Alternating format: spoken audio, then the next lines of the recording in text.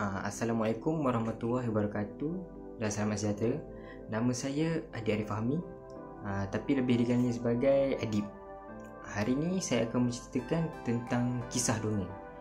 Sebagaimana yang kita tahu, kisah dongeng ini adalah sebuah kisah fiksyen ataupun hanya cerita khayalan yang direka semata-mata untuk menghiburkan orang. Tapi bagi setengah pendapat berpendapat bahawa kisah itu adalah kisah benar ataupun kisah fakta, kerana ini telah diturunkan dari turun-temurun daripada nenek moyang mereka, dari generasi ke generasi seterusnya sehinggalah generasi kini. Tapi kita tahu kisah dongeng ni banyak manfaat bila kita dengar. Dia ada banyak nilai murni, ada teladan, banyak benda yang kita belajar daripada kisah dongeng. Tapi hari ini saya akan menceritakan tentang kisah dongeng di luar negara. Kisah dongeng yang saya ceritakan ini adalah berasal daripada salah sebuah negara yang sedang membangun berteknologi tinggi, iaitu negara matahari terbit, iaitu negara Jepun. Kisah yang saya akan ceritakan ni adalah berkenaan dengan Kagura Hime, atau lebih dikenali sebagai dengan Puteri Buluh. Kenapa namanya Puteri Buluh? Saya akan ceritakan kenapa namanya adalah Puteri Buluh. Okey, kisahnya bermula daripada sebuah kampung. Di sebuah kampung yang terpencil ni terdapat sepasang suami isteri yang dah lama berkahwin. Namun walaupun mereka dah lama berkahwin, mereka tak ada seorang anak atau cahaya mata pun di keluarga mereka. Jadi mereka ni, si isteri dan si suami ni hari-hari berdoa kepada Tuhan mereka supaya diberikan cahaya mata atau anak untuk dijadikan pelengkap kepada keluarga mereka. Walaupun seorang pun jadilah, tapi malangnya mereka tak dapat juga walaupun seorang anak. Sehinggalah pada satu hari ini, si suami ini sedang pergi mencari buluh untuk ditebang. Dalam perjalanan dia untuk mencari buluh tersebut, dia terdengar satu suara aneh seperti bayi yang sedang menangis. Dia pun pelik, cari kiri ke kanan untuk cari kat mana suara tu datang. Dia cari sampailah dia terjumpa satu pohon buluh yang sangat paling tinggi, paling besar dan tiba-tiba bercahaya. Dia pun potong buluh tersebut. Dia potong buluh tersebut, terkeluar satu bayi. Satu bayi yang kecil. Dia pun agak pelik. Dari mana datangnya bayi tersebut dan macam mana bayi tu boleh ada dalam buluh.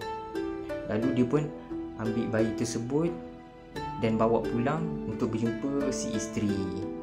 Apabila si isteri pun dapat melihat bayi tersebut, dia rasa gembira. Dia rasa gembira sangat sebab ada budak di dalam keluarga mereka. Jadi mereka pun mengambil keputusan untuk mengambil bayi tersebut sebagai anak mereka dan menamakan bayi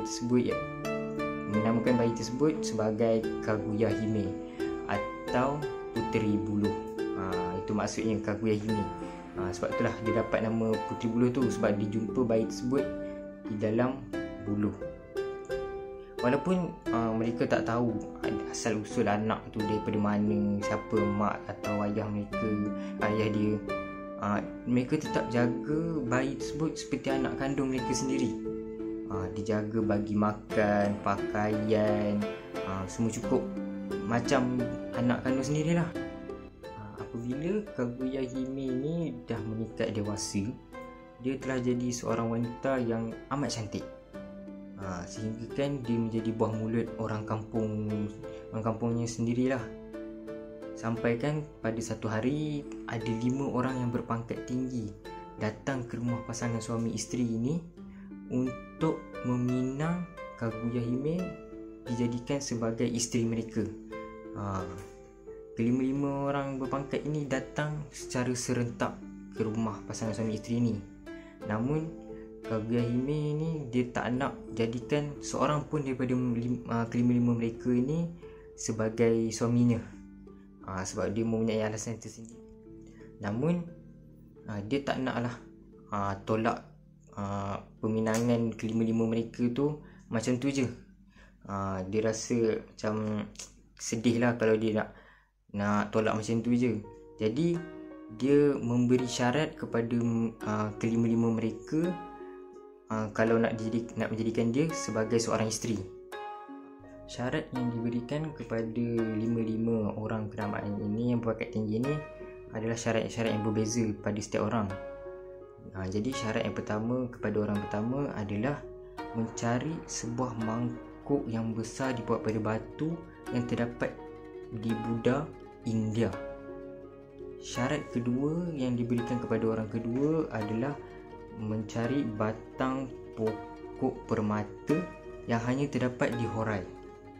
Yang ketiga kepada orang ketiga ni, syarat ketiga adalah menjahit tali yang terpanjang yang diperbuat daripada kulit tikus api. Yang syarat keempat kepada orang keempat adalah mengambil rantai yang dipakai oleh naga air. Dan syarat yang kelima kepada orang kelima adalah mencari kulit kerang bercahaya di sarang burung layang-layang. Apabila dia memfikir-fikir, mereka mengalah lah, sebab syarat yang diberikan itu terlalu mustahil untuk dilakukan. Memang tak dapat lah untuk jadikan Kaguya Hime itu sebagai isteri. Jadi mereka pun mengalah dan pulang. Jadi Kaguya Hime itu tak ada jadi isteri pada siapa-siapa pun di kampung tersebut. Hari demi hari telah berlalu sehinggalah masuk musim panas di negara Jepun. Apabila masuk musim panas ni, Kaguya Hime berasa bimbang dan sedih, terutamanya pada waktu malam. Apabila waktu malam tiba, Kaguya Hime akan melihat bulan dan menangis. Ini terlihat oleh si ibu angkatnya, dan ibu angkatnya berasa bimbang kenapa Kaguya Hime ini menangis apabila melihat bulan pada musim panas. Lalu dia pun bertanya pada Kaguya Hime, kenapa dia berasa amat sedih dan menangis apabila melihat bulan pada waktu malam. Pada permulaannya, Kaguya Hime tidak mahu menceritakan perkara sebenar kepada kedua ibu bapa angkatnya kerana berasa bimbang mereka akan berasa kecewa. Lama kelamaan, Kaguya Hime menceritakanlah perkara sebenar kepada kedua ibu bapa angkatnya tentang asal-usul beliau. Sebenarnya beliau adalah berasal daripada bulan, dan setengah berpendapat bahawa mengatakan yang dia ni adalah warga di bulan yang telah dihukum lalu dicampakkan ke bumi. Dan ada yang setengah berpendapat bahawa Kaguya Hime ini dihantar ke bumi atas faktor keselamatan beliau semasa waktu perang berlaku di Jepun. Jadi ada dua pendapat lah berbeza di situ, kenapa Kaguya Hime itu boleh ada dalam buluh dan dihantar ke bumi. Jadi apabila perkara sebenar telah diberitahu kepada kedua ibu bapa angkatnya, ibu bapa angkatnya menjadi amat sedih sehinggalah si ibu angkatnya jatuh sakit dan meninggal dunia, dan seterusnya disusuli oleh bapa angkatnya kerana merasa sedih dan bimbang itulah mungkin menjadi faktor utama dia sakit. Pada salah satu malam di dalam musim panas tersebut, seperti yang diberitahu oleh Kaguya Hime, dia terpaksa pulang ke tempat asalnya, iaitu di bulan. Jadi pada malam tersebut ada kejadian aneh yang berlaku di kampung tersebut lah. Kejadian yang pelik berlaku itu adalah kabus yang sangat tebal telah meliputi satu kampung tu.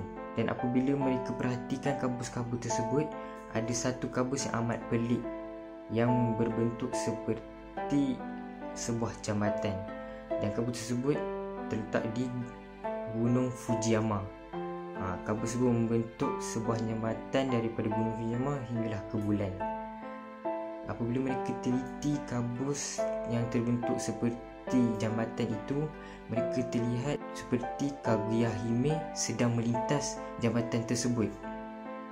Pada waktu itu, Kaguya Hime sebenarnya hendak pulang ke tempat asalnya, iaitu di bulan. Jadi itulah kisah tentang Kaguya Hime ataupun Puteri Buluh. Itu saja daripada saya. Terima kasih kerana sudi mendengar kisah dongeng yang saya ceritakan ini, iaitu tentang Kaguya Hime ataupun putrinya sebagai Puteri Buluh. Sekian, terima kasih. Assalamualaikum warahmatullahi wabarakatuh. Selamat tinggal. Bye.